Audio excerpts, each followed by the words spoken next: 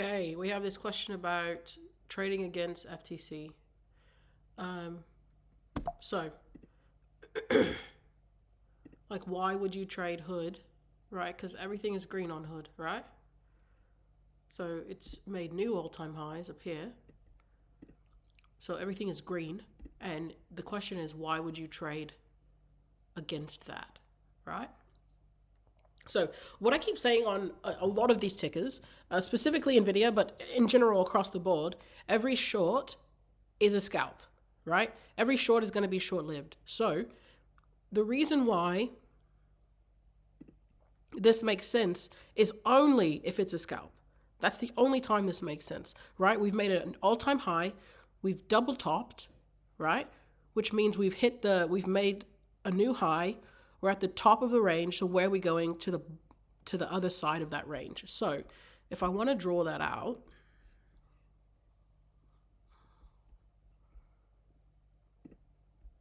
let's do this. And let's do it on the 6D.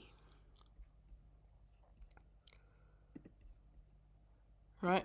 So from here to here, right, we've hit the top of this range. We double topped it, right? Which means we're going to the other side of the range. So at minimum, my expectation, if I'm looking at the hour, all right, I'm already on the hour. If I'm looking at the hour, that means if my entry is there, then my targets are T1, T2, T3 would just be the daily flip, and then T4, right, low of day. This was just, you don't have enough time to get there, but that's what I'd be looking for. But this is also a scalp, right? So I hit my first target, I'm probably taking something. Hit my second target, I'm probably taking something more. And then at this time of day, I only have 45 minutes left in the day, something like that. So that's also, you just got to have some logic there. But overall, shorts are going to be short-lived.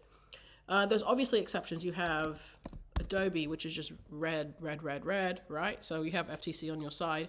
So this is less likely to be a short-lived scalp, right? And then you can just look at all of this, right, across the board. You got a 3-2 week, 2 down on the month, inside quarter, which is not too big a deal. We still have quite a bit of time on the quarter, but you get the gist. Adobe is a short, right, on the year. So we're trying to get here on Adobe.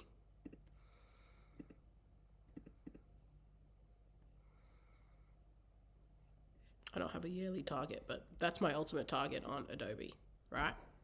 Off of this year. 2 up, 2 down year. Trying to get to 319 or 318.60, right? And then here, and so on and so on and so on, all right? But yeah, that's my explanation on specific to the question, which was Hood. Why would I take this short against continuity?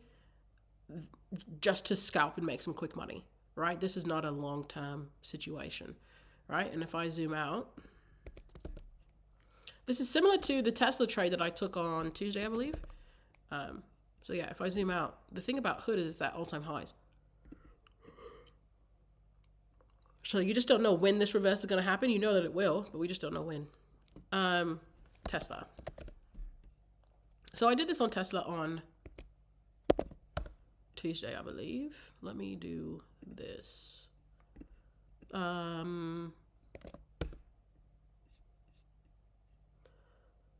Let me find Tuesday, which was the 8th. Okay, perfect. Because Tesla did this really fun thing where it flipped the day red for like 25 minutes or something. Yeah, this day. So it was putting in like this really fun shooter day from here. Let me find it. Tuesday. Okay, so we're marking the open of Tuesday, right? So this is my daily open. And then up here, maybe I took it off of 15 because the hour doesn't look as clear. Could have been a 30. Let's check.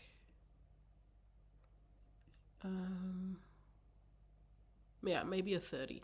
So I can't remember what my entry was, but I mentioned it in the chat if you go back to Tuesday.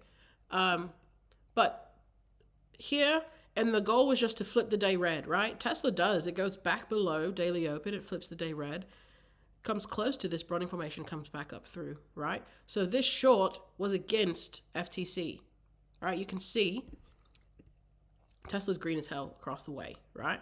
So I just wanted a really quick short. And this short did like 70% in this like half hour, or probably like closer to 45 minutes. Like it went down here as well.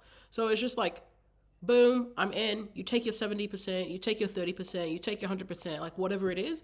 And then you can just let Tesla do whatever the hell it wants to do the rest of the day, right? So if you're trading against FTC, it's likely going to be a scalp.